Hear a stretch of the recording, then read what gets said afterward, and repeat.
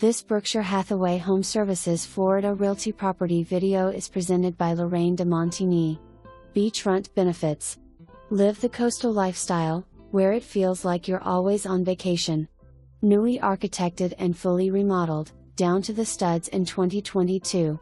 This versatile floor plan features separate entrances and dual power meters, allowing it to function as a spacious single-family home or duplex. Live in one and rent the other. Current zoning permits short-term rentals. Step outside to world-class surfing, fishing, and shimmering sunrises on the largest sea turtle nesting beach in the Western Hemisphere. Whether you're seeking a private family retreat or a turnkey rental powerhouse, this is an unmatched opportunity to own a piece of the shore. Come explore the possibilities. For more information, review the details below or contact Lorraine de Montigny at 321-768-7600.